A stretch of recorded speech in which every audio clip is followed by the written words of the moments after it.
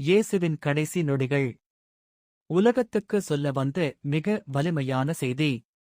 சிலுவையில் இரத்தம் சிந்திய போதும், மூச்சு நெருங்கிக் கொண்டிருந்த போதும், இயேசு ஒரு செய்தியை உலகம் முழுவதுக்கும் உரக்கச் சொல்லினார். அவரது காயங்கள், நகங்களின் வலி, தோள்களில் இருந்த சுமை, இவை எல்லாம் ஒரு உண்மையை அறிவித்தது. நான் உங்களை அன்பு செய்கிறேன். சிலுவையில் அவர் சொன்ன ஒவ்வொரு சொல்லும் ஒரு வாழ்நாள் பாடம். அவர் மன்னித்தார், அவரை அறைந்தவர்களையும், துன்புறுத்தியவர்களையும், சிலுவையில் அடித்தவர்களையும். இந்த மன்னிப்பின் ஊடாக அவர் சொல்ல வந்தது, கடவுளின் அன்பு எந்த மனிதனின் தாவத்தையும் விட பெரியது. அவர் தாகம் எனக் கத்தினார், அது உடலின் தாகமல்ல.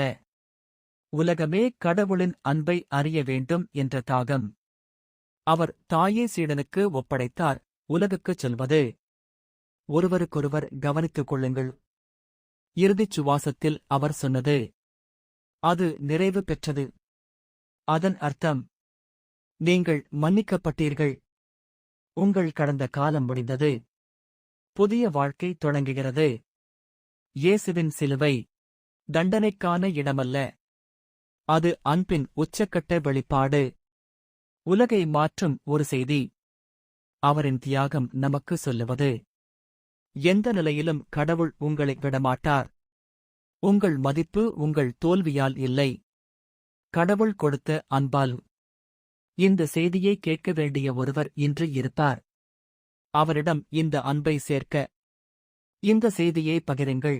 மறக்கப்பட்ட இயேசுவின் தியாகமும் அன்பும். நமக்காக சிலுவையில் இயேசு கிறிஸ்து. சிலுவையில் இயேசு கிறிஸ்துவின் கடைசி வார்த்தைகளில் சில. அப்பா, இவர்கள் என்ன செய்கிறார்கள் என்று தெரியாமல் செய்கிறார்கள். அவர்களை மன்னியுங்கள். என் தேவனே, என் தேவனே, நீ என்னை ஏன் கைவிட்டாய்? எனக்கு தாகம். அது முடிந்தது. அப்பா, என் ஆவியை உமது கரங்களில் ஒப்படைக்கிறேன். கர்த்தாவே, கர்த்தாவே, முள்முடியை நீ சுமந்து பாவி எங்களை மீட்டெடுத்தாய்.